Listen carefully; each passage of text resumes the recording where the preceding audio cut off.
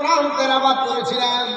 আল্লাহর কোরআন বলল, এ যে ক্বালু লা ইউসুফ ওয়া আখুহু আহাব্বু ইলা আবিনা মিন্না ওয়া নাহনু উসবাতুন ইন্না আবানা লাফি দালালিন মুবিন।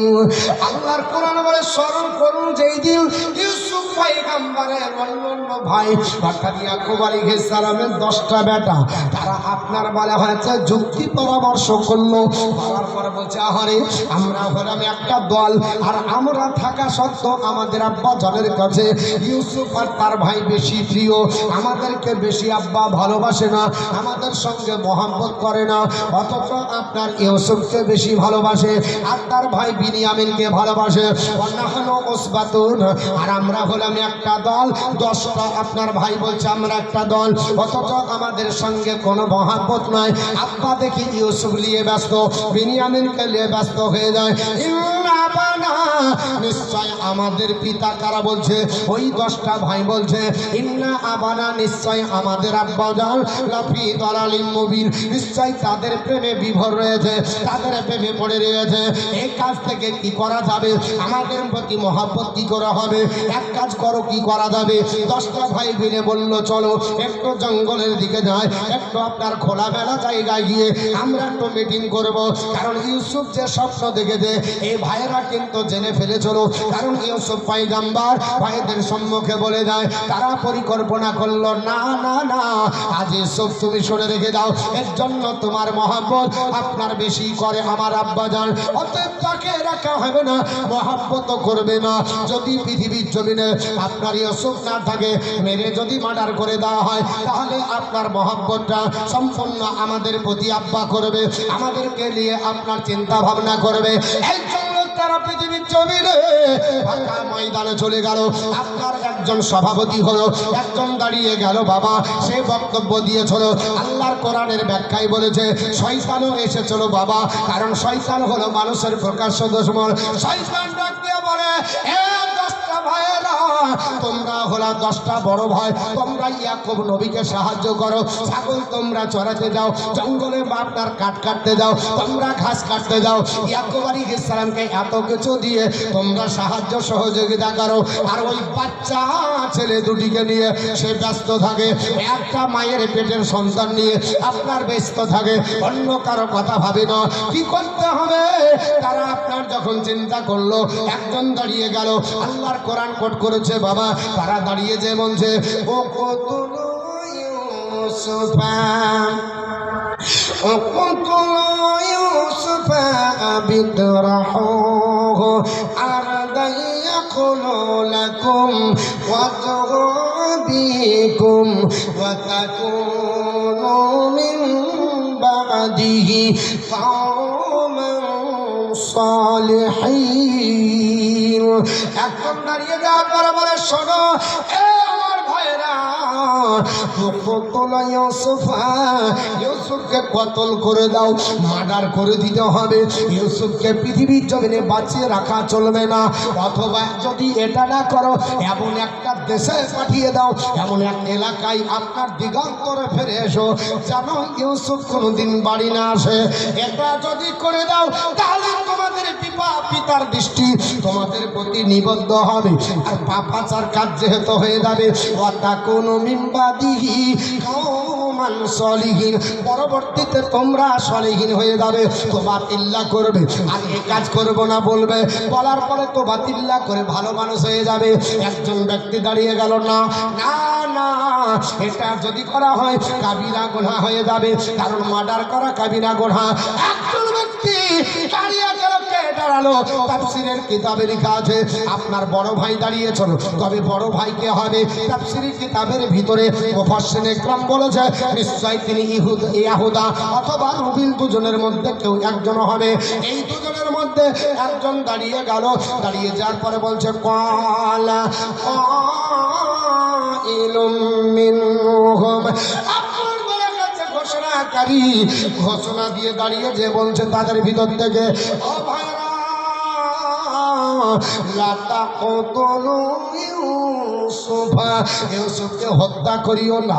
ওয়া আলকুহু ফি গায়াবাতিল জুব্বি, এক কাজ করো তোমরা, একটা গভীর আপনার কোর্টে নিক্ষেপ করে দাও, তাহলে সাপও মরবে না, লাঠিও ভাঙবে না। মানে তোমরা যদি এটা করো তাহলে কি হবে জানো?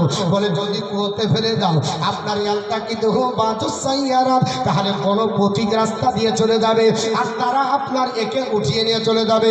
ইন কুনতুম ফাইলিন, যদি তোমরা কিছু করতে যাও, কারণ আপনার বাপের মহব্বত নেবে, আব্বা জানের মহব্বত তোমরা নেবে, তাহলে তোমরা মার্ডার করলে আপনার কাবিরা গোনা হয়ে যাবে। অতএব মার্ডার করতে হবে না, কুয়োতে ফেলে দাও, আর কুয়োর পানি কেউ না কেউ নিয়ে যাবে।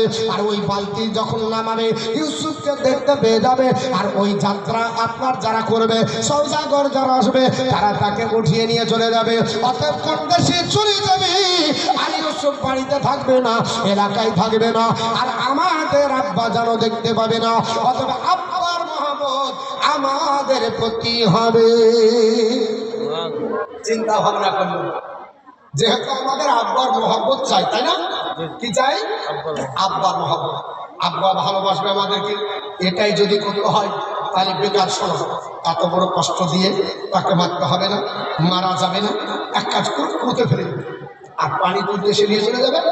আর আমরা পরবর্তীতে তো বাতিল্লা করে একবার সব ধোয়া তুলসীর কথা হয়ে যাবে, কোনো চিন্তা নেই। কারণ যারা চালাক হয় এরা মাছ ধরে কাদা করতে দেয় না, ঠিক না বেটি? মুসলমানদেরকে যারা হেনস্থ করছে তারা সবচাইতে 1 নম্বর মুনাফিক। এর মধ্যে 1 নম্বর যদি হয় তা আপনার বর্তমানে দিদি, রাগ করেন না কেন? আপনার পৃথিবীর জমিনে মুসলমানের আপনার ওই ইফতারি দিয়ে রাবিয়া বাসনের মতো মাথায় ঘুমটা দিয়ে এসে বসছে। মুসলমান হচ্ছে কঠিন ব্যাপারে একবারে ইফতারের পার্টিতে বসে যাচ্ছে। পৃথিবীর জমিনে আপনি বাপের মসজিদ তৈরি করে আপনার বাপের টাকায় মসজিদ তৈরি করবেন, তার জন্য প্রোটেস্ট করা হবে না, তার জন্য বাধা দেয়। অথচ নিজের সরকারি খাতের টাকা দিয়ে কত কি তৈরি হলো, হয় না? হয় না? জালসা করছেন, ইমানদারি কথা বলেন। এই জালসা করার জন্য পারমিশনও হয় না, অনেক জায়গায় পারমিশন দিচ্ছে না, পারমিশন পাবে না, জালসা করতে দেওয়া হবে না। আর যখন আপনার বলা হচ্ছে মণ্ডপে পুজো হবে, শুধু ললিপপ চুষার জন্য 1,10,000। কতটা টাকা দেয়? 1,10,000 দেয় না বলেন? আমাদের প্রত্যেকটা মাদ্রাসাকে 1,10,000 টাকা যদি দিতেন, জানতাম যে আপনি মুসলমানের দরদি। আপনি আমার বাপের ওয়াকফ বোর্ডের টাকা দিয়ে মনে করছেন যে আমি দিই? আরে ওটা তো আমার বাপের টাকা পাই, আর আপনি সরকারি খাতের টাকা দিচ্ছেন। আপনি পুরোহিতকে, আপনি দিচ্ছেন গানকে, আপনি দিচ্ছেন জেলেকে, ওটা তো আপনি সরকারি খাতের টাকা দেন, আর এটা তো আমারই বাপের টাকা। আবার বলছেন যে আপনার বলা আছে মুসলমানদের যত কবরস্থান আছে উম্মিদ পোর্টালে ডাউনলোড করেন। এর ভয়াবহতা আরও কঠিন। বলে উম্মিদ পোর্টালে ভরলে কি হবে, যদি না ভরেন কি হবে? দুটাই সমস্যা। মানে দিল্লির লাল যে খেয়েছে সেও পস্তাবে, যে খাইনি সেও পস্তাবে। বলে কেন? যদি উম্মিদ পোর্টালে ভরেন তো দেখা যাবে পরবর্তী বলবে এই তো তোমাদেরই তো লোকে উম্মিদ পোর্টালে ভরে গেছে, অর্থাৎ এটা সরকারি জায়গা। আর যদি না ভরেন বলে অস্তিত্ব না ভেঙে গুড়িয়ে দেবে। কঠিন ব্যাপার, মুসলমানরা চিন্তিত। অথচ কবরস্থান উম্মিদ পোর্টালে ভর্তি হবে, আপনার বলে হাঁচা মাদ্রাসা উম্মিদ পোর্টালে ভর্তি হবে, আপনার ঈদগাহ উম্মিদ পোর্টালে ভর্তি হবে। আর অন্য কোনো আপনার বলে আছে দেবত্ব সম্পত্তি থেকে শুরু করে গির্জার সম্পত্তি থেকে শুরু করে অন্য কোনো সম্প্রদায়ের সম্পত্তি উম্মিদ পোর্টালে ঢোকাতে হবে না। তার মানে একটাই জাতির প্রতি এদের আক্রমণ, আর কারো নাই। শুধু মুসলমান আর মুসলমানকে সরিয়ে দাও। মুসলমানের প্রতি যত আপনার আইন, মুসলমান যদি একটা করে আপনার বলা হয়েছে অফিসার হয়, মুখে দাড়ি নিয়ে ঢুকতে পাবে না, জানেন আপনারা? আনফিট হবে, ওর বাপের দিন নিয়ে ঢুকতে আনফিট হবে। দাড়ি টুপি জুব্বা পাগড়ি নিয়ে ঢুকতে পারবে না। মুসলমানকে আনফিট বলে গোব্যাক বলে তাড়িয়ে দেবে। অথচ ভারতবর্ষের মাটিতে 10 বছর রাজত্ব করে গেল, প্রধানমন্ত্রীর দায়িত্ব পালন করে গেল ডক্টর মনমোহন সিং। ওর কোনো আপনার আপত্তি নাই, ও হচ্ছে শিখ, এর জন্য ওর কোনো বাধা নাই। একজন শিখ যদি পাইলট হয় ওর আনফিট হবে না, সেনা হলে আনফিট হবে না, পাইলট হলে আনফিট হবে না, আইসি আপনার বলা হয়েছে আইসি হলে হবে না, ডিএমএসপি হলে আনফিট হবে না।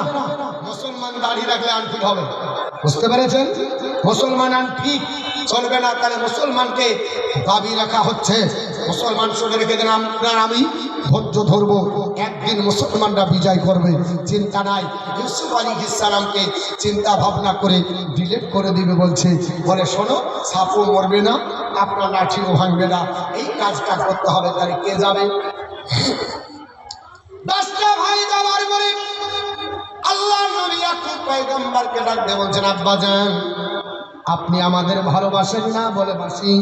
কত ভালোবাসলে আমরা জঙ্গলে যাই, ছাগল চড়াই, উট চড়াই, দুম্বা চড়াই, কত রকমের আল্লাহর নিয়ামত ভক্ষণ করি, উটের দুগ্ধ দহন করি, ছাগলের দুগ্ধ দহন করি, আমরা 10 ভাই খাই। আর আমাদের ছোট ভাই ইউসুফ বাড়িতে থাকে, ওর জন্য নিয়ে আসতে পারি না, আমাদেরকে আগামীতে দিতে হবে। আল্লাহর নবী ইয়াকুব পয়গম্বর বলল, না এটা আমি পারবো না, আমার অন্তরের মধ্যে আপনার বলা হয়েছে জানটা কেটে দেন। কারণ তার মা নাই, মামা করে চিৎকার করে কেনানের মাটিতে যখন কাঁদছিল, আমি জড়িয়ে ধরে বলেছিলাম, ও বেটা ইউসুফ তুমি চিন্তা করো না, কারণ আমি তোমার মা, আপনার না থাকার কারণে তোমাকে মায়ের আপনার বলা হয়েছে ব্যথা ভুলিয়ে রাখবো, চিন্তা নাই। আমার কাছে কাছে থাকবে, আমার কাছে কাছে বসবে, যা খাবো তাই খাওয়াবো, যা আপনার যেখানে যাব সেখানে যাব, এই কোনো জন্য নিয়ে বেড়াই। ডাক দিয়ে বলুন, আব্বা যান আপনি তাহলে আমাদের বিশ্বাস করেন না? বেটারা কি বলেছিল? 10টা বেটা ডাক দিয়ে বলেছিল, ইয়া আবানা মালাকা নাতামান্না আলা ইউসুফা ওয়া ইন্না লাহু লানাসিহুন। আল্লাহর নবী ইয়াকুব আলাইহিস সালামের ওই 10টা সন্তান দাঁড়িয়ে গিয়ে বলছে, আব্বাজান আপনি ইউসুফের ব্যাপারে আমাদেরকে বিশ্বাস করেন না, আপনি আমাদেরকে মানতে পারছেন না। ও আব্বাজান আমরা কি ইউসুফের ক্ষতি করব না? আপনার ইন্নাহু আপনার বলা আছে ওয়া ইন্না লাহু লানাসিহুন, আমরা তো ইউসুফের শুভাকাঙ্ক্ষী, আমরা তো মঙ্গল চাই, আমরা অমঙ্গল চাই না। আব্বাজান চিন্তা করেন না, আমরা খারাপ কিছু চাই না। এ আব্বাজান আপনার কাছে রিকোয়েস্ট করে বলছি, ফারসিলহু মানা গাদাইয়ারতা ইয়ালাম। আব্বাজান আগামীকাল আপনার ইউসুফকে আমাদের সঙ্গে পাঠাবেন, ওই জঙ্গলে যাব, খেলাধুলা করব, ফলমূলগুলো খাবো। ওয়া ইন্না লাহু লাহাফিজুন, আমরাই তো তার হেফাজতকারী। জোরে বলুন আস্তাগফিরুল্লাহ। আল্লাহর আপনার বান্দা 10 জন বলল, আমরাই তার হেফাজতকারী। আর আমার আল্লাহ বলছে, আমি হলাম হেফাজতকারী, আমি আপনার যাকে মারবো কেউ তাকে রাখতে পারবে না, যাকে আপনার রাখবো কেউ মারতে পারবে না, আপনার মুসলমান। আর ওরা বলছে আমরাই হেফাজতকারী। আল্লাহ নবী ইয়াকুব আলাইহিস সালাম বললেন, এ বেটা তোমরাই হেফাজতকারী, এটা দাবি করছো, কিন্তু তোমাদের এই কথা আমি কষ্ট পাচ্ছি। তিনি কি বলেছিলেন? আল্লাহর কোরআন বলে, ক্বালা ইন্নী লা ইয়াহজুরুনি আন তাযহাবু বিহি ওয়া আখাফু আন ইয়াকুলাহুম যিবুন ওয়া আনতুম আনহু গাফিলুন। আল্লাহু আকবার। আল্লাহর নবী ইয়াকুব পয়গম্বর বললেন, ওয়ালা ইন্নী লা ইয়াহজুনুনি, নিশ্চয় তোমাদের এই কথা আমাকে আপনার কষ্ট দেয়, দুঃখ দেয়। কি কথা? বলে আনতা যাহাবু বিহি, তোমরা তাকে নিয়ে চলে যাবে, আমার কাছ থেকে চলে যাবে, এটা আমাকে বড় কষ্ট দেয়। এ বেটারা, ওয়া খাফু আইয়াকুলাহু জীব, আর আমি এটা ভয় করি যে বাঘ তাকে খেয়ে ফেলবে। ও বেটা তোমরা জঙ্গলে নিয়ে যাবে, তোমরা আপনার বলে হাসান তোমার গাফিলুন, তাকে ছেড়ে তোমরা গাফিল থাকবে, তোমাদের সতর্কতা থাকবে না, তোমরা সতর্ক হবে না, তোমরা ছাগল চড়াবে, বিভিন্ন কাজে লিপ্ত হয়ে থাকবে, আর আমার ছেলে একাই এই বাচ্চা অবস্থায় থাকবে, আর আপনার বাগে খেয়ে নিবে। বেটা আমি বড় চিন্তিত, আমি বড় মুসিবতে আছি, কারণ তার মা নয়, আমি পৃথিবীর তুমি। ইউসুফ যখন মা বলে চিৎকার করে, রাত্রিবেলায় কান্না করে, তখন আমার কলিজা ফেলে যায় রাহিলের জন্য। ও মুসলমান যাদের মানায় দেখবেন কত ব্যথা আপনার পায়। আর বর্তমানে মায়ের কথা হলে এখন বলছে বুড়ি আর বুড়ি। মা বাপকে কি বলে? বুড়া বুড়ি। আর শাশুড়ি হচ্ছে আম্মা জান।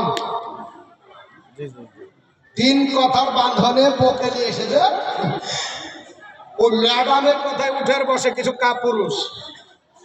আর বাপ ওকে মানুষ করলো, মা মানুষ করলো, ও বাপ জানে না, পাগলা। আর বাপের কথাই ও চলে না, টাকা ব্যাংক ব্যালেন্স করবে এমন ভাবে লুকিয়ে রেখেছে, কেউ জানে না, জানতে পারে। বাপ বলে হ্যাঁ তুই যে কেরালা গেলি, তুই যে কেরালা গেলাম কি করবো, কাজই তো বলে না। আর শাশুড়িকে সব বলে আম্মা জান চিন্তা না, ঈদে আসছি কি নিবেন? বলে হাওয়াস নিবে শাড়ি। আম্মা জানের জন্য পাখি শাড়ি, হাওয়া শাড়ি। আর মাকে বলছে কাজ হয়েছে নাকি? 3 মাসের মধ্যে 2 মাসই বসেছিলাম। অতএব কি করতে হবে? যদি চাপে পড়ে মুখ রক্ষা করার জন্য কোনো রকমে লিক যদি হয়ে যায়, তো মায়ের জন্য 800 হেরে 250 টাকা। আর শ্বশুর বাড়ি যখন যাবে ওরে ভয়, খেজুরের রসের মিষ্টি নিয়ে যাচ্ছে, কি গো বলে টাটকা গুড়ের মিষ্টি। চিন্তা নেই, শুনে রেখে দেন যে মিষ্টি নিয়ে গেলেন, মা যদি জানতে পারে আর যদি শুধু এটা বলে জানলা বেটাকে জন্মদিন আমার একটা আমাকে মিষ্টি দিয়ে গেল না, তো এই খেজুরের গুড়ের কেন? যদি আসমান থেকেও নামিয়ে নিয়েছেন মিষ্টি, একটাও সহজ হবে। শুনে রেখে দেন। আর আপনি কাবা শরীফের ইমাম যদি হয়ে যান, তবুও 1 ওয়াক্তের নামাজ আপনার কবুল হবে না। 1 ওয়াক্ত নামাজ কবুল হবে না। মা বাপকে কষ্ট দিয়ে শ্বশুর শাশুড়িকে যদি আপনি মনে করেন আপনি আনন্দ দিব, হবে না। না, মা বাপকে আনন্দ দেন, শ্বশুর শাশুড়িকে দেন, তাহলে ঠিক আছে। না হলে মা চোখের পানি ছেড়ে কাঁদে আর পার্শ্বে বলে কি করবো, মানুষ কেমন করলাম বিয়ে দিতে, বিয়ে দিয়েছি 3 বার আসা যাওয়া হয়েছে, ব্যাটটা বলছে আলাদা খাবো, কি করবো, আমি ভারী হয়ে গেছি, আমি ভারী হয়ে গেছি। আচ্ছা বলেন তো, একটা ল্যাংড়া বেটা যদি থাকে, মা কোনোদিন ভারী হয়েছে?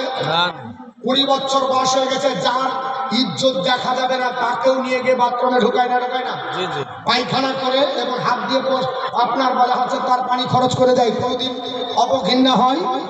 আর বাপ যদি একটু কপ ফেলে, তুমি জানো না কত টাকা দিয়ে ঘর করেছি, টালি করেছি, হ্যাঁ তুমি যেখানে সেখানে থুতু ভাবে শুনবো নাকি? হয় না, হয় না? মায়ের দিলে ব্যথা কখন